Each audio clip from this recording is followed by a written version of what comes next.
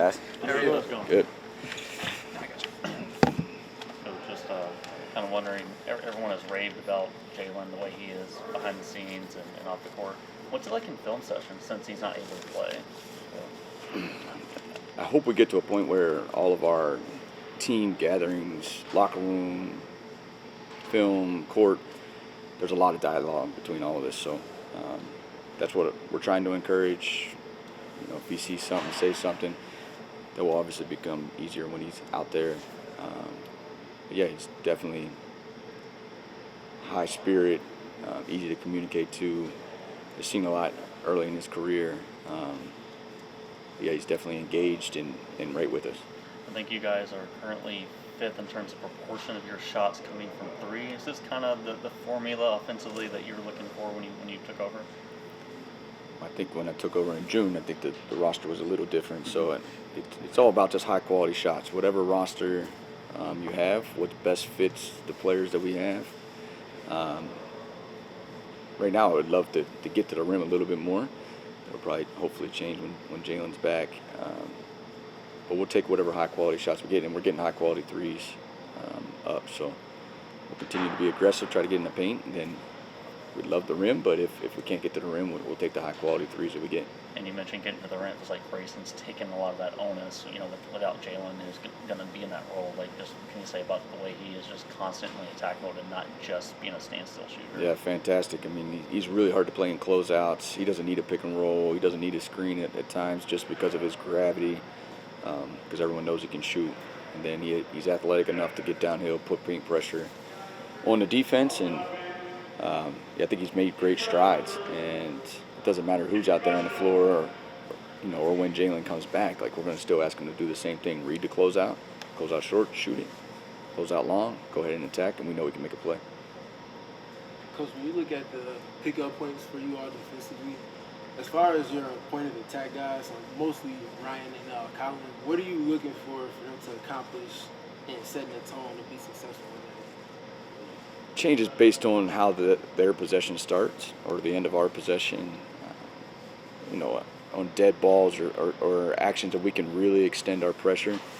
We're looking just to work the ball handler, be aggressive, know that you have help behind, and lower the shot clock. We know the later you get into the shot clock, the lesser the offensive possession becomes, the lesser efficient it becomes. So that's the goal. I think some of those ball handlers test you. John Morant tests you how aggressive you want to be up the floor because of his speed. Even last night, Castle's ability to get downhill. We'd still love to turn him, lower the shot clock, and then once it gets across half court, set our base. But hopefully we're even able to set our base up the floor knowing that we have protection behind him. Similar to the tagging up, do you feel like there's a wear down effect that has on the opposing offense? Yeah, we'll see. That's a great question. I think it's a great question. I think the playoffs is in everyone's mind with some of that, wearing people down in the playoffs. But yeah, I mean, I think just a constant pressure, whether it's offensive paint pressure, it's offensive movement into the tag up, into your defensive pressure. I think just that overall relentlessness to put the pressure on the other team is what we're going for, no matter who's on the court for us. So I think it's all probably related, but tagging is definitely a piece of that. Coach, Grayson mentioned last night how comfortable he feels in terms of not only switching, but just sort of overcommitting when it comes to a double team or just help defense.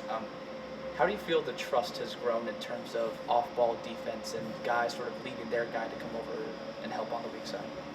Yeah, that's the goal. I think you want to be connected on both ends. I think we've taken steps in the last couple games. But it's a feel. To think that you're going to have a game plan and exactly go execute the game plan, I don't think that's always the case. There's a feel, and it's their own feel out there. And I think if we can put them in spots that they're comfortable being aggressive, knowing what the rotations look like behind them, I think that's where we want to get to. So much read and react on both sides of the basketball. If they can feel good that they have help behind them or support behind them, that's what we're aiming for. Golden State obviously presents a lot of challenges offensively. They probably play the most unique style in the league. What did you see as an assistant over the years just about them, and then the dynamic changing with Jimmy? definitely has changed with him and Kuminga's growth. But it's predicated on their movement and how fast they play in that environment in their arena.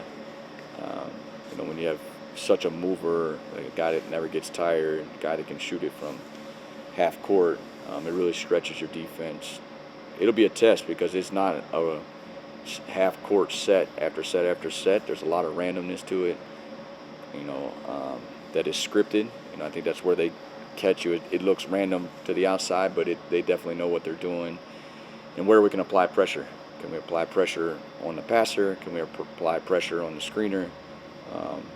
It'll be a test, but I think like our steps in the last couple of games have put us in a good position heading into it to be confident with how our defense is been the last couple of nights. But I'm sure there'll be a curveball or two out there tomorrow night, and then it's like, how do we get that under control into the next adjustment? So it'll be a good challenge.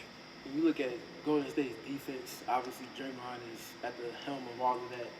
How do you go about approaching wanting to run some of the actions you want to get to without maybe not always directly involving him in the primary action? I think it's similar to last night. It's how Wembanyama patrols the paint. At times you don't want to involve him, but then at times you want to involve him to bring him out away from the rim. But this is the NBA. It's like you're going to kind of do what you do.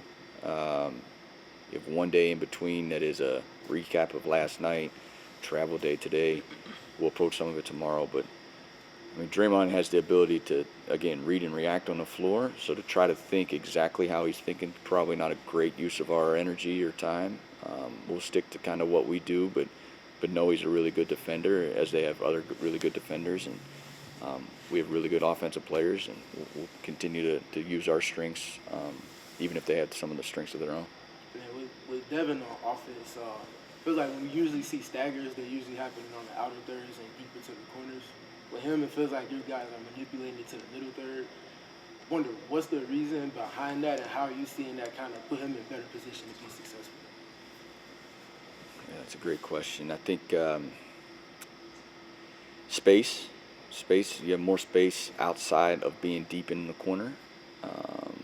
The way the game is looks and feels in today's game, you can be super physical off the basketball, away from the ball, in the middle of the floor where you have options of where you can go.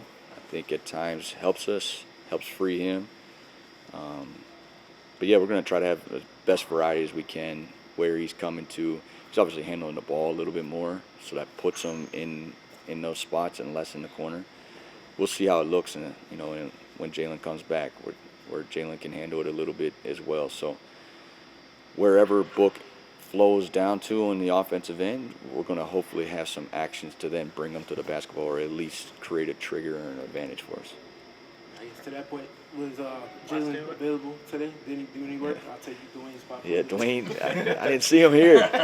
Yeah, he's just had great response. It's been productive last couple of days for him. So I think today was a lower-ish day, so it's kind of timed up to where we'll stick to being day by day. But he's in a good spot.